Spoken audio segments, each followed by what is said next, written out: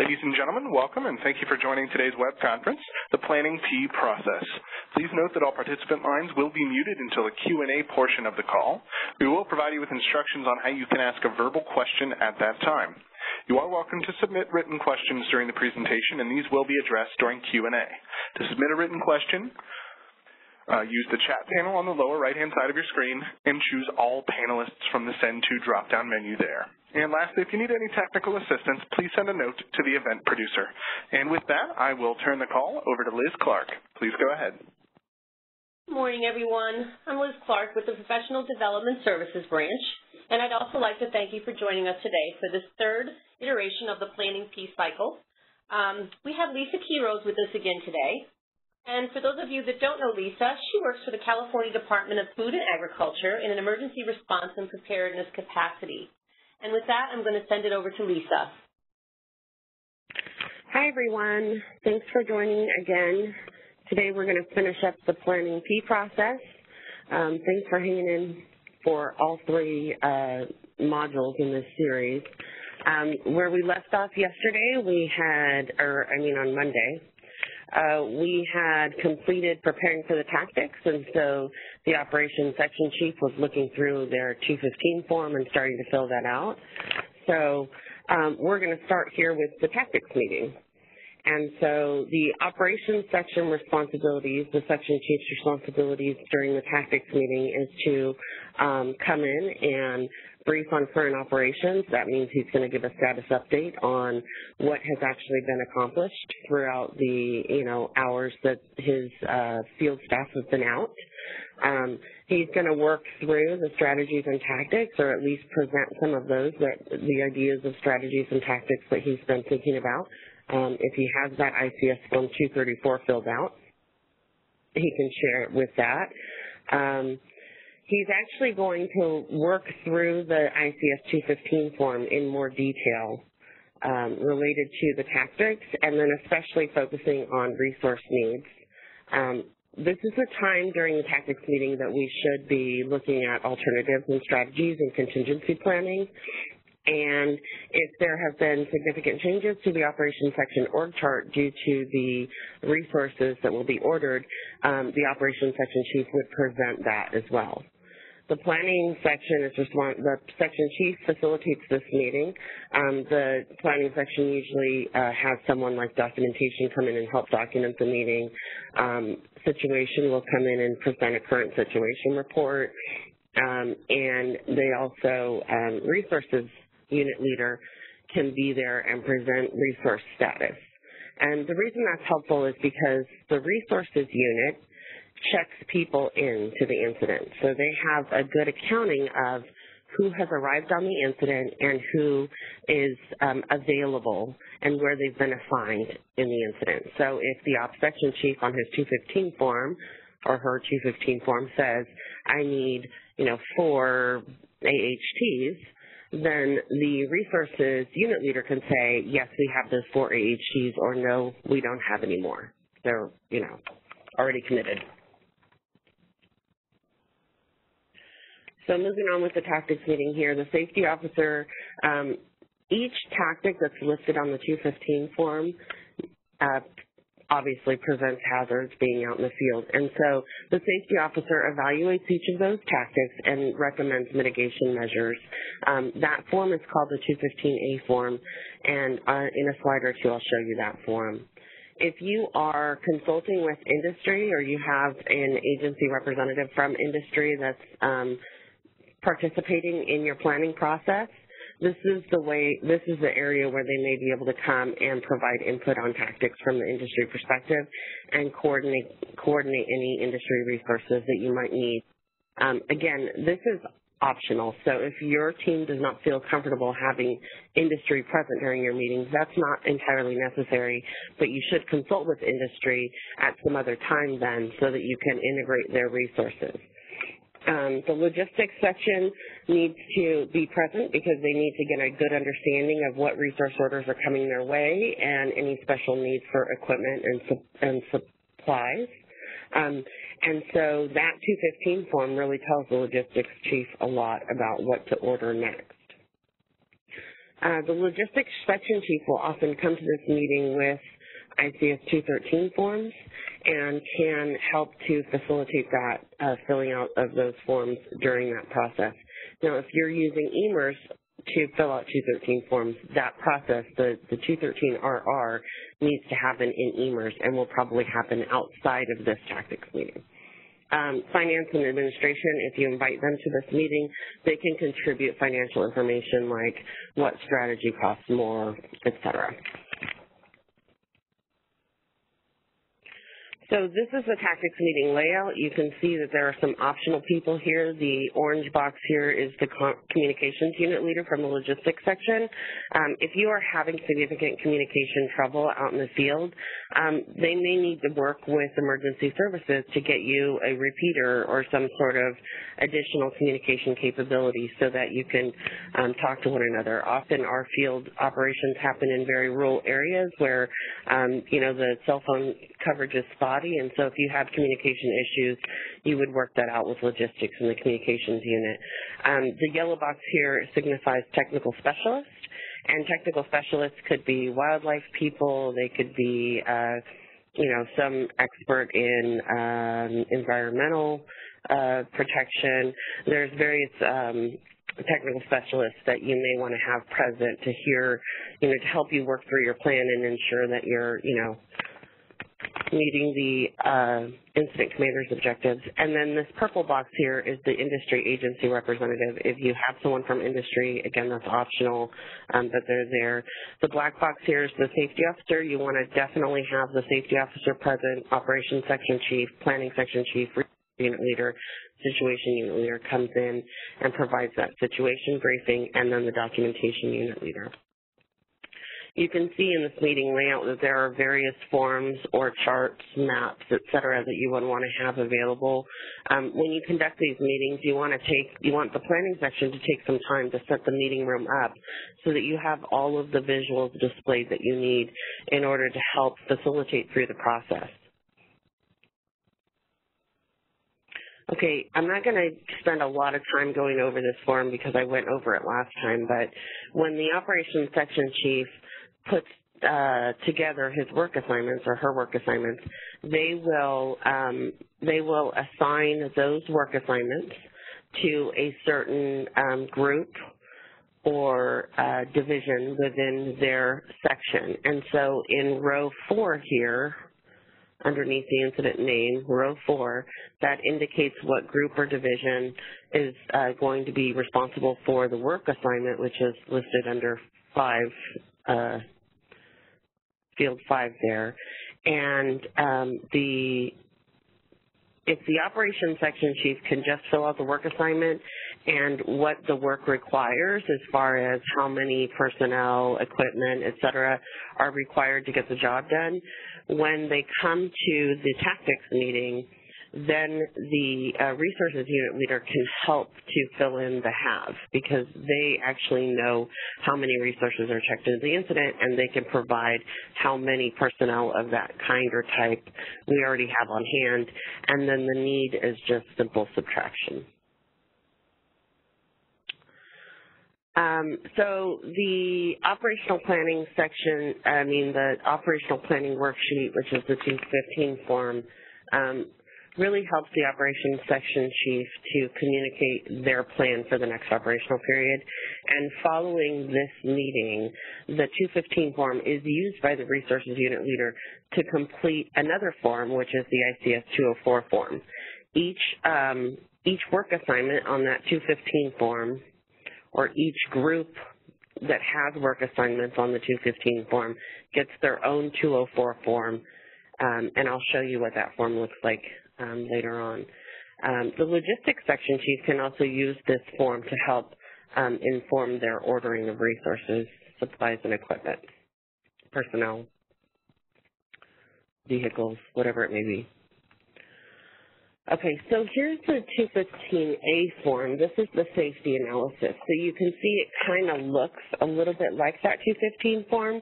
It's meant to, because the work assignment area is what really the safety officer is looking at here, and they're looking at all of the hazards that may come along with that work together with what kind of mitigation can they put in place to mitigate that hazard. So this is what the safety officer is filling out and completing during that tactics meeting. Okay, so after tactics, we want to have, a period of several hours where we're planning for the planning meeting. And the reason for that is you want to give logistics some time to order up the resources that the operations section chief said that they needed in order to make sure that that plan is going to be a viable plan. If for some reason there are some critical resources that the logistics section chief can't get and that they can't arrive at the time that the operations section chief said that he or she needed them, then they may need to go back and revisit their plan. They may need to choose a different tactic. They may need to make some changes. So you want to give several hours between the tactics meeting and the planning meeting to do this preparing for the planning meeting part. And so a lot of sort of informal discussions are going back and forth between operations section chief may go talk to command and get some further guidance. Operations may go talk to planning and get something. They may be in constant communication with logistics. Hey, did you get this? Hey, did you get that? So a lot of communication happens at the incident command post outside of these meetings to make sure that the plan is still a viable thing. In addition, also, the operations section chief, while they're in the midst of all this planning for what we're doing in the next operational period, they're also managing their staff and putting out fires today, because they have people in the field right now, and they're managing their staff, and they're keeping up on the situation and what's going on, et cetera, et cetera. So the planning section during this time is going to help gather up documents that they need for the incident action plan. There are various inputs that they need from other sections, and so they will make sure that there's like a deadline for inputting their IEP documents. Planning sets up the meeting room. They should come prepared with a resources status update, a situation status update. They should have time between that to update the organizational chart so that it reflects the new operations organization, and if you've added other resources in other sections, they should be able to present that also. And then they should also ensure that all of the appropriate overhead requests, which are like the supervisor level people or the branch director level people, have been added to the organizational chart to maintain span of control. The planning section is also responsible for publishing and distributing the meeting schedule. We talked about the ICS 230 form, which is the meeting schedule. If the meeting schedule needs to change for some reason in the next operational period, it's the planning section's job to update and distribute that meeting schedule and really post that all around the incident command post so people don't miss meetings. The planning section can also support the incident action plan and other documents by duplicating or reproducing documents, so that would be like copying. We do a lot of email rather than a lot of printing and copying anymore, but planning also has a GIS cell incorporated, so if there are updated maps that are needed, those are the kinds of things that they are preparing for during for the planning meeting. So logistics, like I said, is ordering these resources. They're looking at the plan that was outlined in the tactics meeting, and they're really trying to figure out, okay, what are the support requirements for this? Do we have enough transportation? Will we need additional communication? Do we need GPS? Do we need, are there certain travel situations that we need to worry about, like lodging? And so they're just really verifying that they can actually get the resources that are requested. And the finance administration people, they are verifying and they're validating financial administrative requirements. They're also preparing budgets. They're keeping time for, those of us that are responding so that they can give a good cost update estimate of what the incident is costing us. Okay, so now we've entered the planning meeting. So during the planning meeting, operations, again, provides an overview of current operations. Again, this is what is actually happening out in the field right now and what have they managed to get accomplished during the current operational period. Then operations moves to presenting their plan of action, which is for the next operational period. And so they talk through all the strategies that they considered, the tactics, the strategies that they've selected, the tactics, any contingency planning, any resources that they ordered, if their organizational structure changed. And so if they have any other considerations overall, this is their time to present to the incident commander those things that they talked about during the tactics meeting, and the operations section chief now feels very confident based on logistics confirming that they can get the resources, et cetera, that they can get accomplished during the next operation period. What I want to say is the incident commander doesn't attend the tactics meeting on purpose. The tactics meeting is meant to be a working meeting, a messy meeting, a place where people can bring up ideas and things and they get shot down and no, that's a bad idea. You don't want all that to happen in front of the incident commander. The incident commanders have lots of other jobs to do. That's a good time for the incident commanders to hold press briefings, plan discussions with their agency administrators, hold local government calls, other things, industry calls. There's other jobs and duties that the incident commanders can be doing during that tactics meeting. That meeting needs to be messy. It needs to be the place where operations and planning and logistics can get together and really dig in, and finance can bring up their concerns if they have any, so that nobody feels like anybody is being thrown under the bus in front of the boss, which is incident commander. So you want to keep the incident commander out. When you get to the planning meeting, this is the time where the plan is polished. This is, everybody agrees on it. You can actually get it done. The resources have been ordered. Everybody has a degree of confidence. So now when the operations section chief is presenting the plan, you're really presenting it to the incident commanders. All the rest of the people are still present at the meeting so that they can show their support for the plan. But really, this is the operations section's time to say, we put this plan together and it's doable, and this is really what we think is going to work. When you say commit to support the plan, what I've seen in the past and what the fire service has taught us when I learned ICS is that when you're at that planning meeting, at the very close, right before you adjourn, everybody needs to commit to support the plan. So the planning section chief who is facilitating that meeting looks at the ops section chief and says, do you commit to the plan? He says, yes, I commit to the plan. And so you ask everyone around the table, do you commit to the plan? This is how you you're gaining consensus that everybody believes this is our plan, this is our pathway forward. Nobody leaves the meeting grumbling like, that's a stupid plan. Right? Everybody agrees, everybody's committed. When you're working with people day in and day out for, 12, 18-hour days, you really can't have the divisiveness. You really have to be a strong team, work together, and everybody needs to commit to support the plan. So you'll notice that commit to support the plan is on everybody's checklist here. So the planning section chief facilitates and documents this meeting. Again, they'll probably bring in the documentation unit leader to help with that. The situation unit leader can come in and brief on the current situation. If there are incident projections, like maybe epidemiologists have some insight into how the disease is spreading or where the disease came from, or they have other information that could be shared, this would be a good place to insert that into the planning meeting. And again, the planning section chief also needs to commit to support the plan.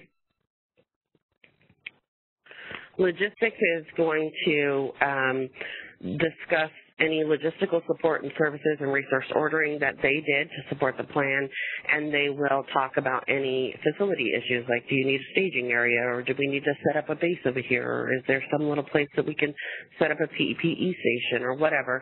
And again, they need to commit to support the plan. Finance will brief on any financial projections or any, administrative challenges. They also will need to commit to support the plan.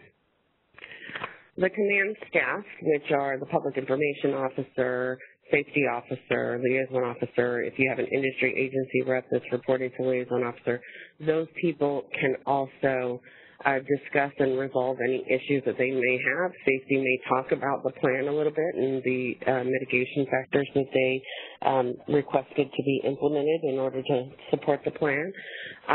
If industry is using their resources, they can talk a little bit about what resources they're committing and any limitations or constraints that they have on that. Again, you want the command staff to commit to support the plan. Incident commanders, what they do is they review the plan to ensure that their priorities and objectives have been met. They need to be able to justify that they are meeting the expectations of the agencies who have delegated authority for them to work on this incident. So they're looking at this from the perspective of, does this meet my agency's expectations? They may ask questions, they may provide further direction, etc. But at the end of the meeting, the goal is that the incident commanders would give tacit approval of your proposed plan. So again, this is your planning meeting layout.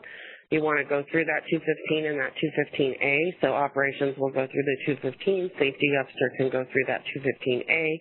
If you have some of the IAP forms completed, the 207 is the org chart, for instance. That might be helpful. If the planning meeting schedule has changed, this is a good time to make an announcement to all the section chiefs and the command staff so that they know of the changes. But you can see, again, observers are listed here. It is not necessary to have observers in any of your meetings, but if you do, again, those need to be cleared by the incident commander. Some things that you discuss in these meetings are confidential or sensitive. Okay, so some visual aids, maps. Generally, maps are very, very helpful. We try to print those poster size. Some organizations publish their maps inside their incident action plan. We tend not to do that, but we do print lots of poster size maps and put those up in our incident command post.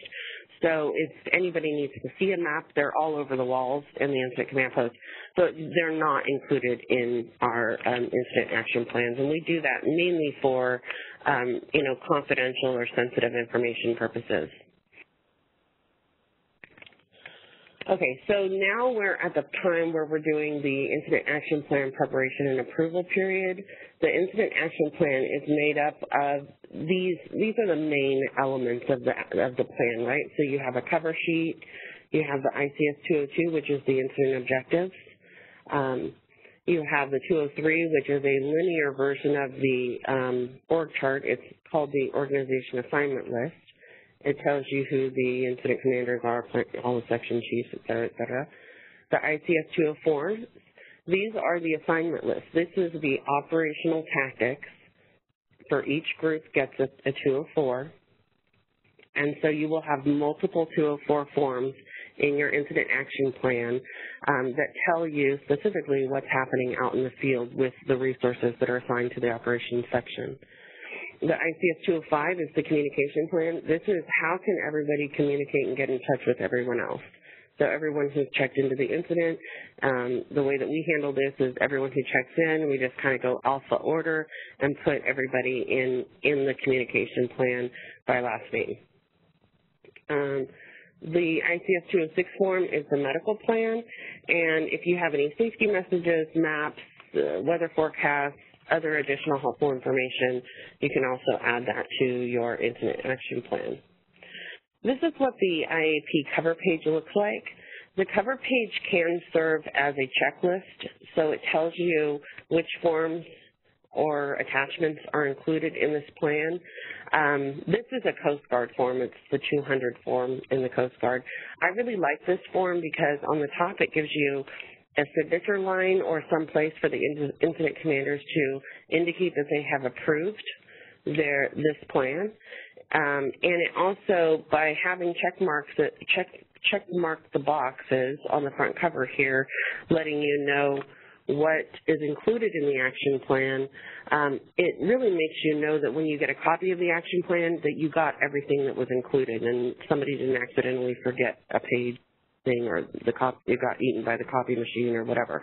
So it kind of tells you what's included in the action plan. So I really like this cover. This is the 203 form. This is the linear organizational assignment list I mentioned. It's sort of like an org chart. Some people use this form and not an organizational chart. Some people use just the org chart and they omit this form. You can do that either way. We tend to use both forms. This is what the 204 form looks like. So the 204 form, again, this one is a Coast Guard version of this form. It gives you, up at the top, every form gives you the operational period, the name of the incident, but this one tells you which operational branch it belongs to, which division or group this 204 belongs to. You get the name of the section chief, branch director, group supervisor, et cetera, and their contact information. And then any of your resource assignments are here. So if you have a strike team or a task force, each strike team or task force should have a leader, and their contact information is here. You show the number of personnel that leader is in charge of, and any reporting instructions for those people. The work assignment in detail is outlined in box number 7 there at the bottom. If you have attachments like additional instructions or a map to the facility, that's what this little checkmark box is over here on the right-hand side. If you have an X near that box, it indicates that there is an attachment of some kind that goes with this form. If there are special instructions down here, this is a good place to put those. And then again, you can see that the form was prepared by someone, which is probably in the planning section. Somebody took that 215 form and put the information onto this 204 form. The planning section chief reviews the form, and then the ops section chief reviews the form and makes sure that it's accurate. The contact information for this particular form can be pulled from that 205, which is the incident communication plan. And this is the communications list. Again, this is a Coast Guard form that we borrowed from them. The 205 form, without the A, the 205 form has like radio communications with frequencies. We rarely, if ever, use radios. So we go with the 205A form, which is really, it gives you the person's role on the incident, their name, and their method of contact. So we put in their email addresses and cell phone numbers in general. That's kind of how we handle that. The 206 medical form, this medical form should be filled in by let me go back real quick. So this 204 form is filled in by usually the resources unit leader right after the tactics meeting using that 215 form. This form is filled in by the communications unit in the logistics section. This form, the medical plan, is usually filled in by the medical unit leader. If you have a medical unit leader activated under the logistics section, that's the person who needs to fill this form out. If you don't have a medical unit leader activated, we have on occasion asked our safety officer to fill this out for us. The purpose of this form is to tell our responders where they can go for urgent care, hospital care, if anybody gets injured, et cetera. So somebody on the incident needs to understand where the urgent care clinics are, where the medical aid stations are, where what are the ambulance companies. A lot of times it's call 911 if we're in a city where you can get that. But if you're out in a rural area, you may need to have more information than that. Sometimes we incorporate maps as an attachment to this plan to show you where on the map the different first aid clinics or urgent care clinics are. So you want to make sure responders know how to get help if they get injured. This is the 207 form, or better known as the organizational chart. This is one of those things that changes almost every operational period. There's always somebody coming or going or somebody being added, or et cetera. So it's the resources unit leader is the person who should be keeping this updated and current. Okay, so when we get into the IAP preparation and approval period, you want to make sure that all of the forms that come from other sections and other people on the incident all make it into the planning section. One person in the planning section needs to collect all of these forms, you know, from the communication unit, from the safety officer, the medical unit, whoever has the forms. You can see there a lot of the planning section is responsible for the forms, so it just makes sense that they collect it all. And they collate all of the forms together and they create one incident action plan. Again, these are some optional forms that we've used in the past. This is the 202A, the command direction. I went over that on Monday. 202B, critical information requirements. I went over that form also on Monday. If you have site safety plans, that says state safety plan. It's supposed to say site safety plan. If you have a site safety plan, the ICS 208, that can be included in the IAP. If you have a demobilization plan, a certain traffic plan, decontamination plans, information management plans, other plans, not always. We don't generally put these extra plans in unless they are absolutely needed by the field responders. What we usually do is if we have an extra plan that needs to go out to a certain group of people, we just send it to that group of people instead of putting it in the incident action plan. The longer these action plans get, the harder they get to keep up on and read. So you got to kind of be cognizant of how large this plan gets.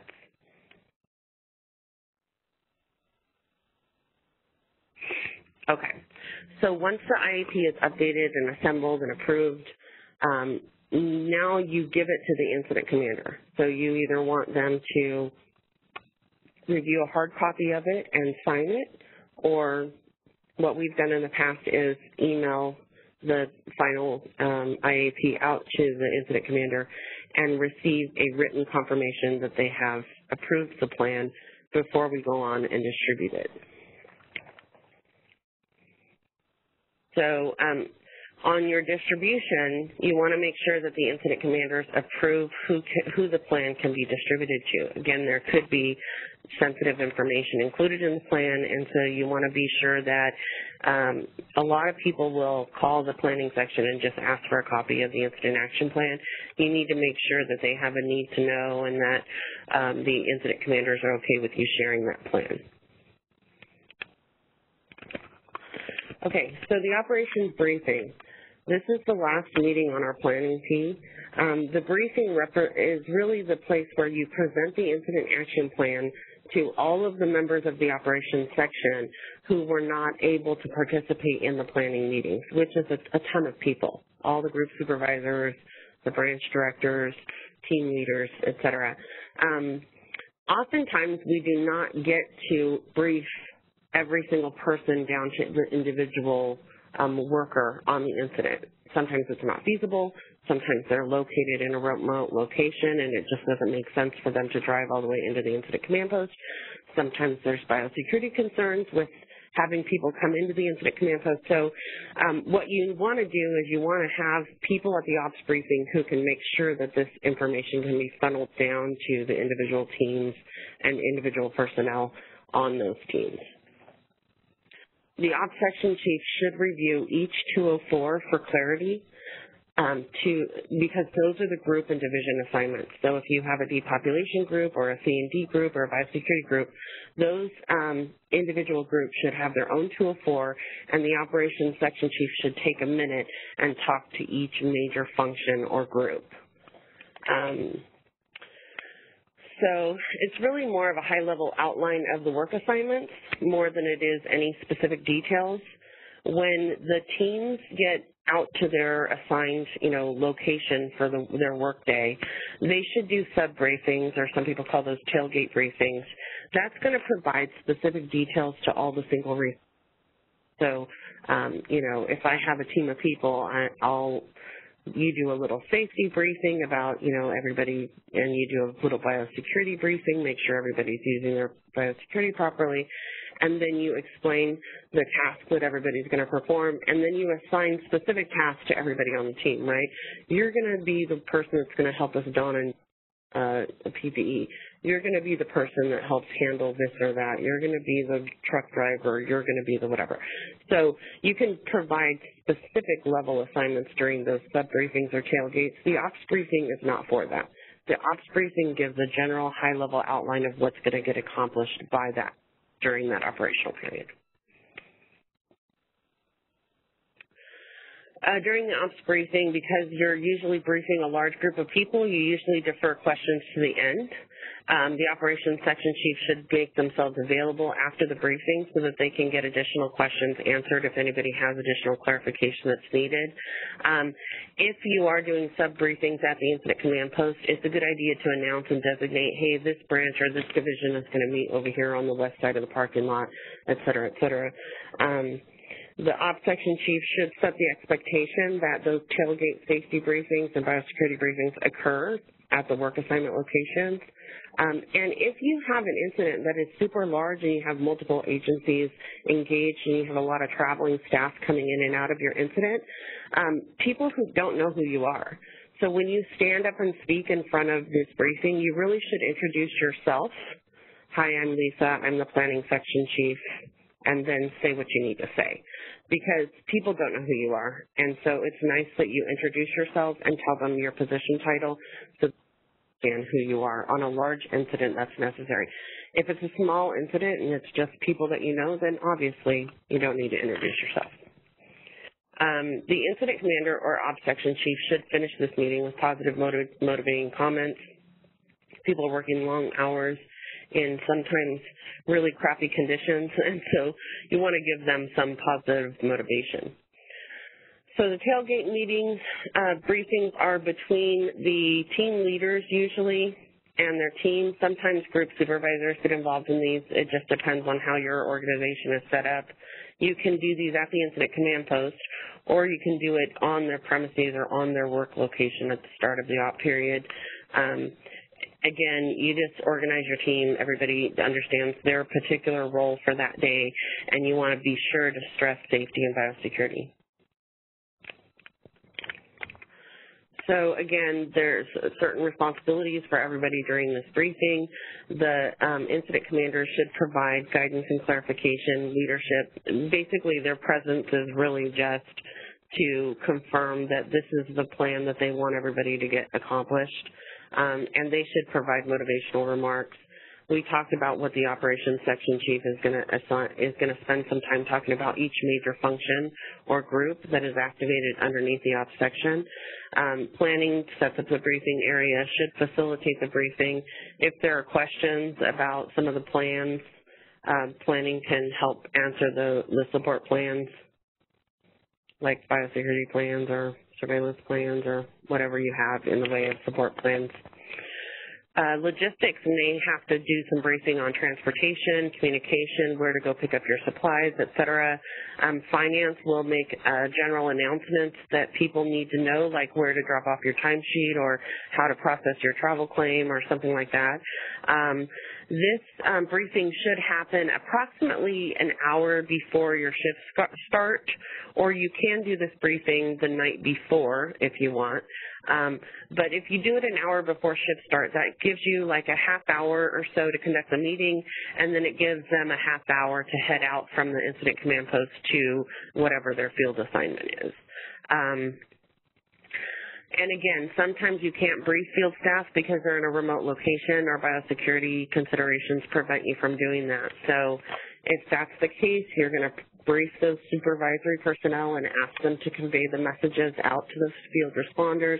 And in that case, those tailgate briefings become super important because they didn't actually get the ops briefing from the people, that actually prepared the plan. Okay, so this is what your layout looks like for this meeting. You can see you have, team leaders, branch directors, group supervisors, staging area managers here. Sometimes there are observers during this meeting. Once you've already settled on your plan, it's a lot easier to allow people to have a peek into it once everybody feels confident that you can execute this plan. But again, observers should be approved and really limited. Observers really don't serve very much purpose in an incident command post. So you want to have your command and command staff there. You want to have all your general staff present. If you have technical specialists that need to give some sort of presentation or update on some technical aspect of the plan for that day, that would be important to have those people there. If there are specific communications issues, you want to have the communications unit leader explain how to use the repeater or how to get additional communications, et cetera. Okay, so after you do your ops briefing, the next most important critical step, and this should take up most of your day, is executing the plan out in the field and assessing progress. It is very, very, very difficult to enter your next operational period and go back and set additional objectives for the next operational period if you don't get a good understanding of what's going to get accomplished today, because you don't know whether you need to continue doing what you're doing today or if you can move on beyond what they're going to get accomplished today and move on to some new objectives for tomorrow. So assessing progress is essential. The only way you know if your tactics are effective or if you need to change them is if the operations section chief is keeping in constant communication with those field folks and getting an assessment of the progress. So really, I would say the ops section chief should set up some maybe scheduled time frames that their field folks call in and give an update, maybe during the prepare for the tactics meeting time, so he gets an update right before he goes into the tactics meeting, and maybe he gets another update right before he goes into the planning meeting. And that way the ops section chief is prepared with information to share at those meetings.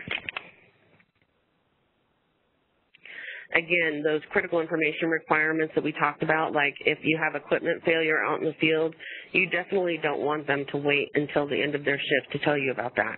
That is one of those things that you expect your field staff to call in immediately and let you know, hey, something broke and I'm not going to be able to get the work done today. Or, you know, if they see media or activist activity in the area, that's something you want them to report immediately and not wait till the end of their shift. So these are things that the operations section chief should remind their staff of during that ops briefing. Okay, so the new operational period begins. On the last slide there, you can see it's this little orange sliver between the operations briefing and the objectives meeting, the new operational period. So the operational period can actually be various lengths. It depends on individual incident characteristics. People can have a 2-hour operational period. That's a little short, I think, for us, but people do it. You can have a 12-hour operational period. You can have 24 hours, 72 hours. Whatever your incident dictates can be your operational period. But that operational period is the time that is scheduled for execution of a given set of operational actions that you're basically accomplishing a set of objectives. And so your incident action plan is good for one operational period, whatever that period may be. The operational period coincides with one complete rotation of the planning piece cycle.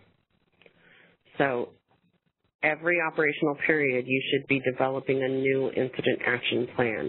And so sometimes based on how, if your incident doesn't change very much and there's not a lot of change going on, you can lengthen out your operational period and produce that plan a little less frequently. If you're in a very, very ever-changing situation and you're actually growing and expanding, it's probably better for you to have a shorter operational period so that you can produce your plan, go back and check progress and order resources more often so that you can ramp up for what's happening. The incident commanders are responsible for setting the operational period, and they are responsible for adjusting the operational period throughout the incident.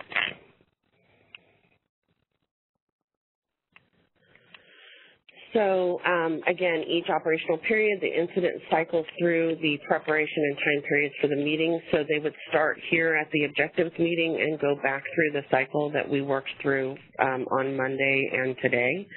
And so the new operational period begins after the operations briefing and prior to the objectives meeting. All right, so that is the planning piece. So I would like to take some questions now, if anybody has any. Ladies and gentlemen, as we move into our Q&A, please feel free to place yourself into the question queue by pressing #2 on your telephone keypad. Once again, that's #2. You'll hear a notification when your line gets unmuted, and at that time, please then state your name and question. You can also submit written questions using the chat panel on the lower right-hand side of your screen. Please choose all panelists there from the Send To drop-down menu.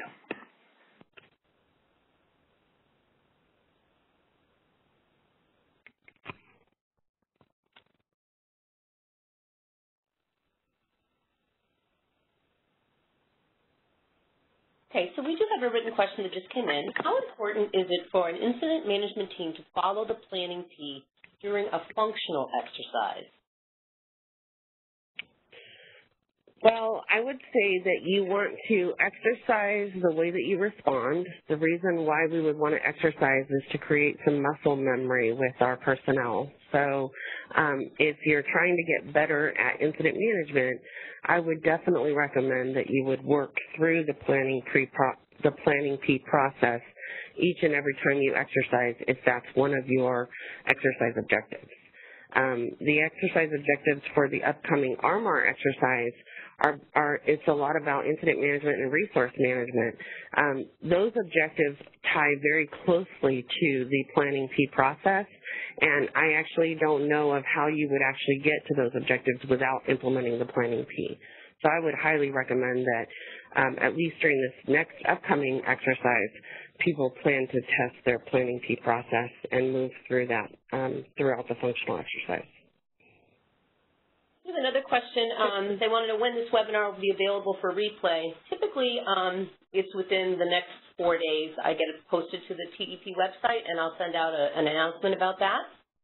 And then the other question is, what have you found to be the biggest challenge in the planning P? Wow, that's a big question. You know, I would say the biggest challenge in the planning P is training. If people are not well trained on how these meetings run, the meetings drone on, they get redundant, people get off agenda, and it doesn't go well. And then people are like, oh, this doesn't work for us, the planning P doesn't work. It's not that the planning P doesn't work, it's because people are not trained to use it, and therefore it's not going smoothly. So I would say that has been the largest challenge that I have seen, you know, through boots on the ground, actual response, trying to implement this process during incident management.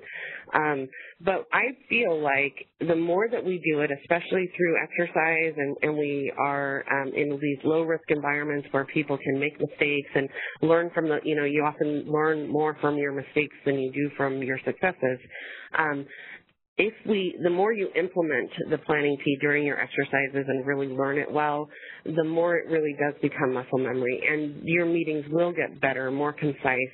Your team will get more familiar with the process, and I do believe that it can be implemented successfully during all phases of emergency, even at the beginning when it's chaotic. Next question is, what is the process for joining an IMT? So that's a tough question for me to answer because every organization can have their own incident management team. There are different states that have all hazards incident management teams. USDA has national incident management teams.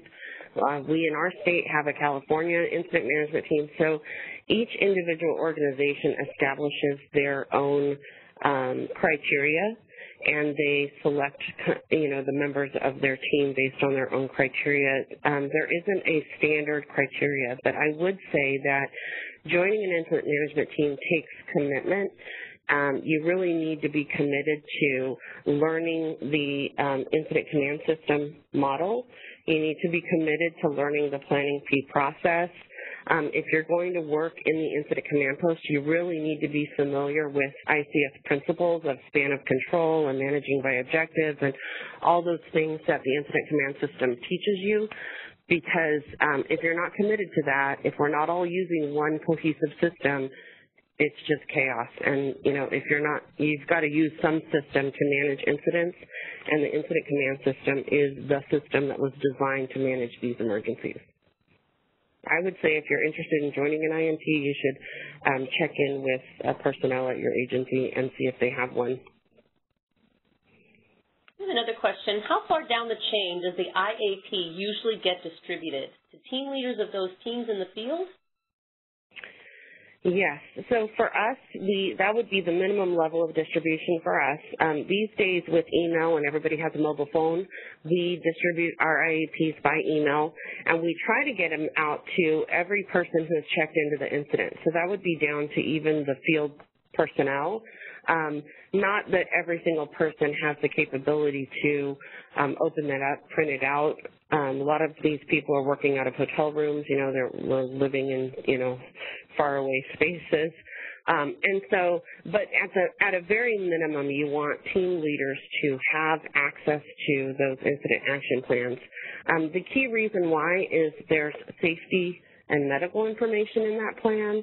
There's a communication plan where they can get a hold of anybody on the incident as they need to at any time. And so it's really critical that at least team leaders have those incident action plans so that they have that critical information they need if they should run. Lisa? Yes. Oh, I thought we lost you for a minute. Oh, sorry. That's okay. So we do have another question.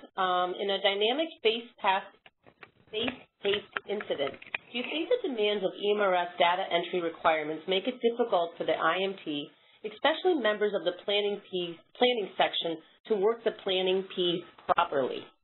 That's a great question. I think the demands of EMRS data entry are, I think that it is a competing priority, certainly, and you have a lot of competing priorities when you're responding to an emergency.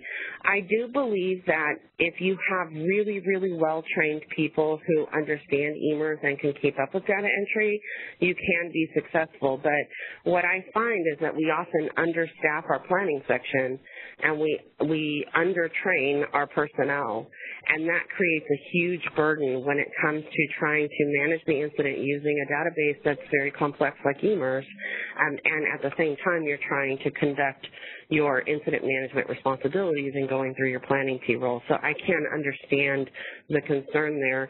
I think the key is we need to maybe lean towards overstaffing and lean towards overtraining.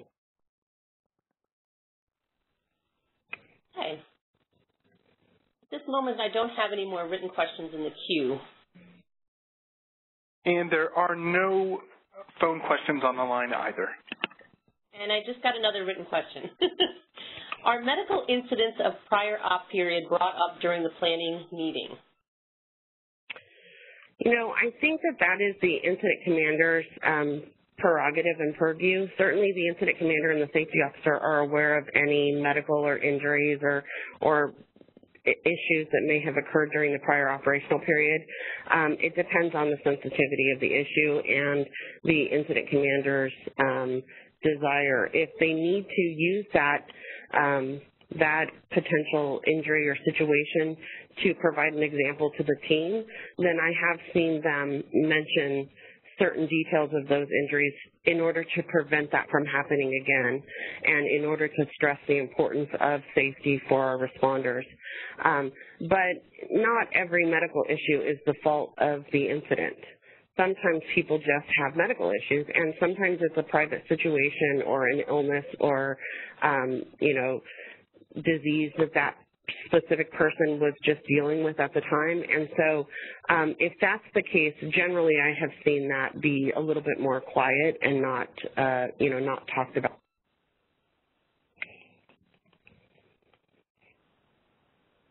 Okay. Do we have any other additional written questions? I do not believe so, and also we do not have any questions on the phone lines at this time. Okay. Well, at this point, I'd like to thank everybody who attended today. We had a really good participation amount. We have one more webinar for the ARMOR exercise, and that is tomorrow, Thursday, May 3rd. Dr. John Zach and Dr. Fred Bourgeois will be presenting the second resource webinar on familiarizing personnel with the procedures for ordering personnel and vaccine resources during emergency response. With that, I will wish you all a happy day, and thanks again, Lisa, for your past 3 webinars. They were great. Thank you. Thanks, everyone, for joining in. Bye-bye. Thank you all for joining today's conference. The session is concluded, and you may disconnect.